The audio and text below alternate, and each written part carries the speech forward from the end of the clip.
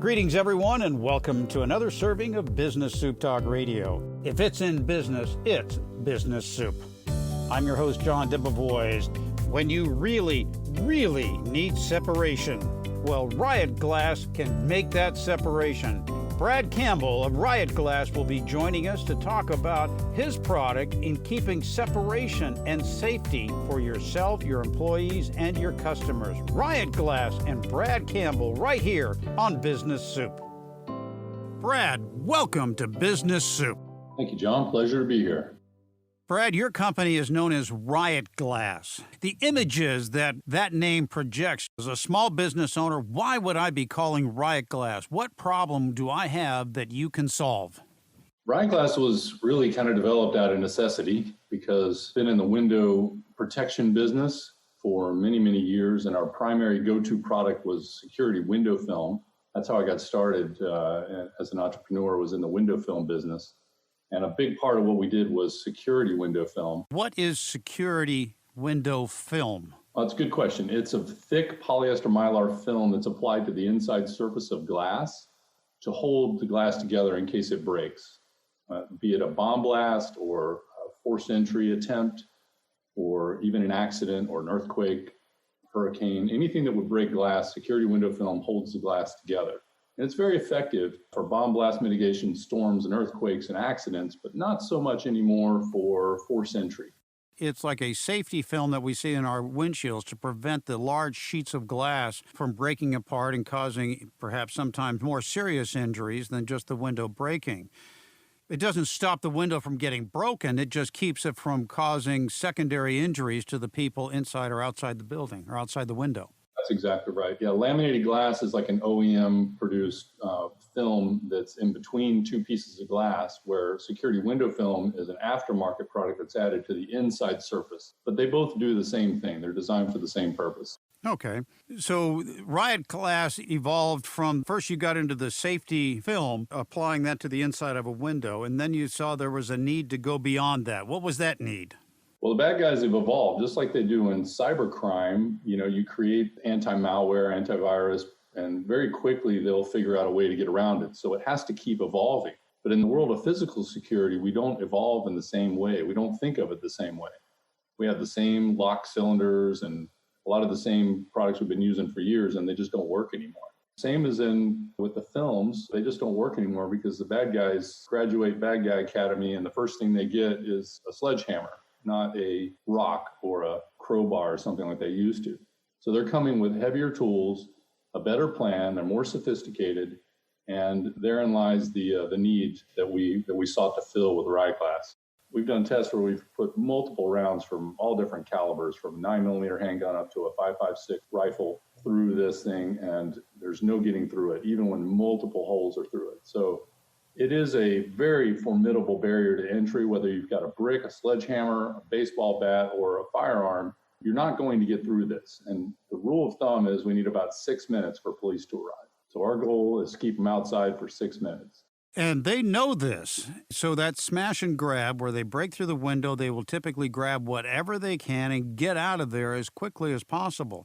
But if they can't get through, if their sledgehammer bounces back at them, or they take a rock or a brick and they throw it at it and then pick it up and throw it at it again, they're not likely to try to keep on trying to get in when their first efforts don't work. The first plan doesn't work. It's very seldom that plan B or C come into play. They just get the heck out of town. Well, and they've been using the time advantage against us for a long period of time because they know that they can get in and out before police arrive.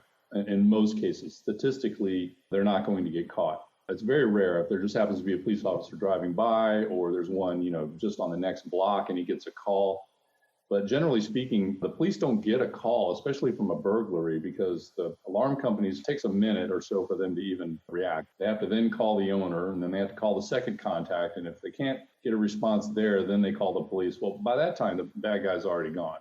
So you're right. We're turning the tables on these criminals, and we're turning the time advantage in our favor. So the longer they're standing outside, the more nervous they are about getting caught. Things are not going the way that they planned. And as we've seen in surveillance video from our clients time and time again, they panic and they just run off. I recall when I got my first business and I would work late trying to balance the books, which was kind of like a circus act. I had 2 break-ins, forced entries. One came through the back door, and when he came through the lobby area where I was sitting at my desk, he then met my dog. And being a cowboy all my life, there's only 2 words that a cow dog knows. That's get, which means wherever you're at, you need to leave. And the other one is get it. And that means whatever's in front of you, get it. And all I said was get it. And the guy didn't break the glass getting into it, but he ran through the window, my big plate glass window, getting out. Oh, that's with the dog in pursuit. That's when I discovered how expensive plate glass is. When your window is broken out as a storefront where you've got that image and your window is broken, and if it's in a burglary or somebody just does a drive-by shooting with a BB gun, I've had that happen too, that plate glass window is very expensive. And if you don't have glass insurance, which the deductibles are outrageous, then you learn from a mistake just how expensive that glass is. Not only do you lose the cost of the glass, but now you have the cleanup, you have perhaps whatever was stolen, and you have that big ugly piece of plywood in your window frame waiting for a replacement. And you lose business too while the cops do their investigation.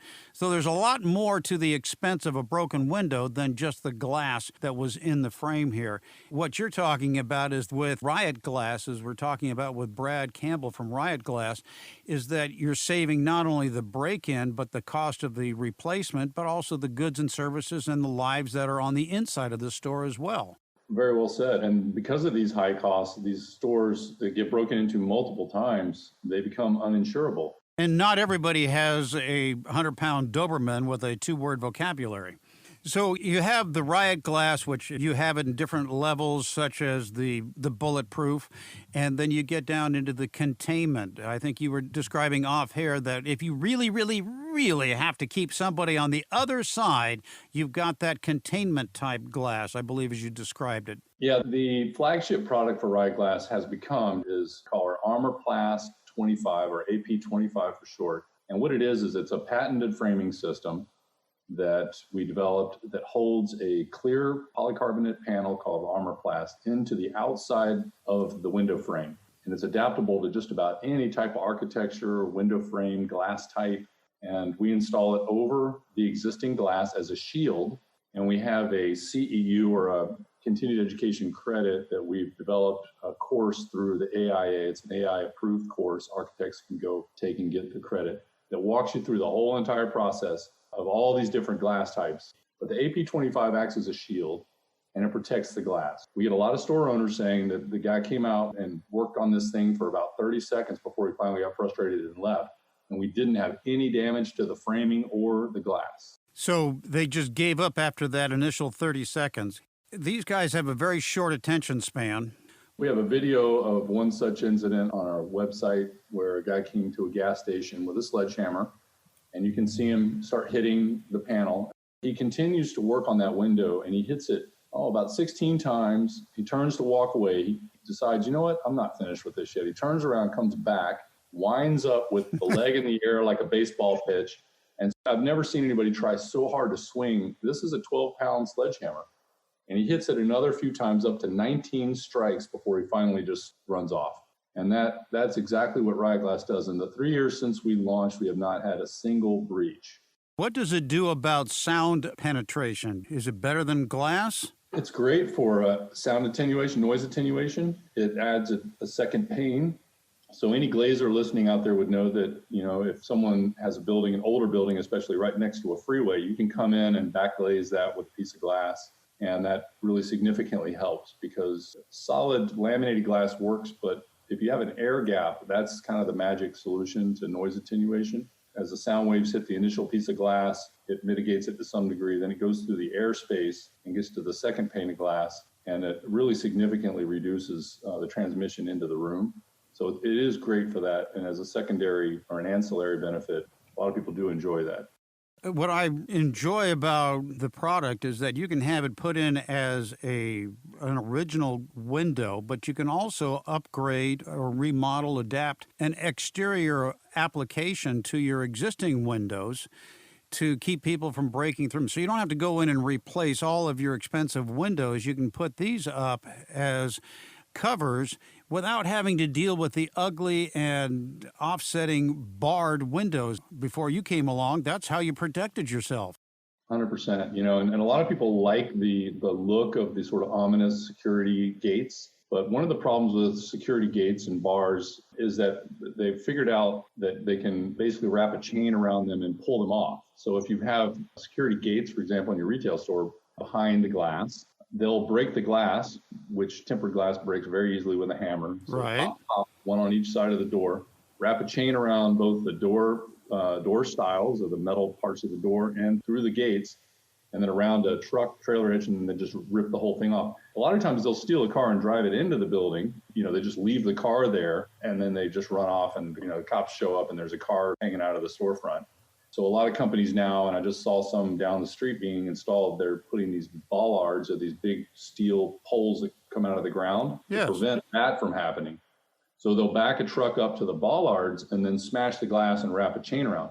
Well, they keep coming up with new ideas, and so leave it to a small business owner like you or me to figure out another way to curse them with other technology, such as Riot Glass, and keep them out. That's right. I got a question to you about that. I go back again to one of my service stations where so many businesses will use the big windows to do perhaps a holiday greeting or paint on there with some type of wax or removable paint. That a great opportunity. Come on in for a free drink or something like that. Can you still do that on Riot Glass? You can use a static cling decal, and you can either put it on the inside, because remember, even our AP25 shields are completely clear, but we wouldn't recommend painting. I don't see a lot of people doing that anymore. There used to be guys that would come out and paint, during the holidays all over the glass. Oh, yeah. Well, I'm old school, and it's been a while since I've had a retail storefront. Perhaps I'm dating myself here, but yeah. So the AP25, the polycarbonate shields would not. We also have very robust laminated glass that has glass-like surface. So in schools, for example, we have various types of glass that we can replace the glass in the existing frame. So we don't have to change out all the framing. We just remove the glass and put our glass in, and it's very similar in its strength to the AP25 system. So that way, if kids are there and they're wanting to put up their holiday decorations, or you want to paint on it, you can do anything you would do to normal glass, you can do with our Riot Glass, with that particular retrofit glass. So what we do is we talk to the storefront, we talk to the owner of the building or whoever's purchasing this, and we just ask them a series of questions to find out which product would suit their needs best. Where do you see the expansion of Riot Glass going? You're already in the commercial storefronts. It's available to anybody who has a window. It could be in my home for that matter. Do you see getting into floor-to-ceiling, very high-type applications, or into stormfronts? Where do you see the company going? It's a great question. We have multiple fronts, multiple directions. And we let the market dictate where we'll mash the gas. For example, right now we're taking our patented framing system, which is a very nice finished anodized aluminum and bronze are clear that we use on storefronts. It matches the storefronts perfectly.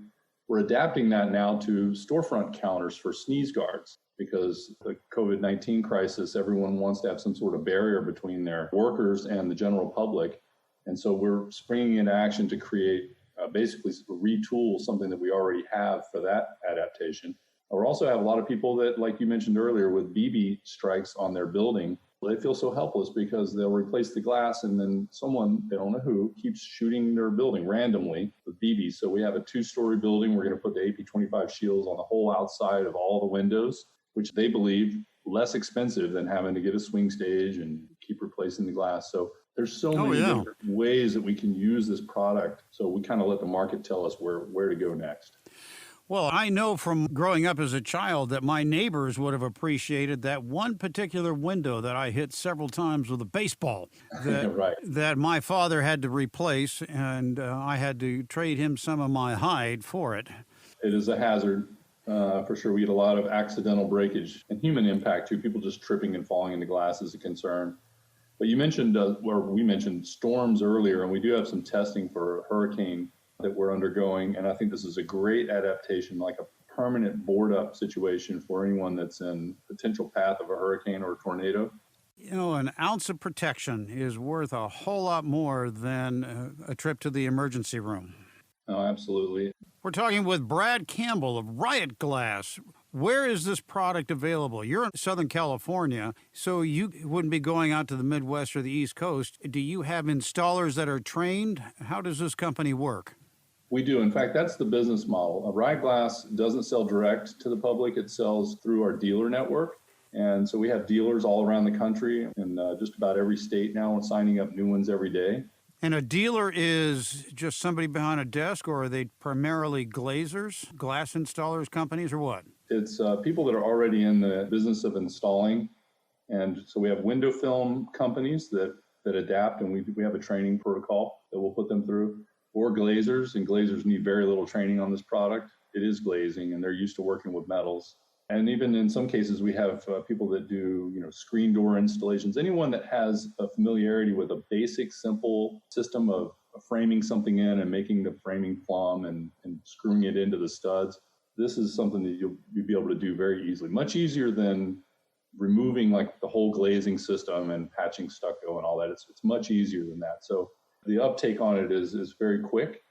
And so we're rolling out, 2 to 3 dealers a month right now nationally. We've got some bigger national dealers that are bringing their commercial clients to us.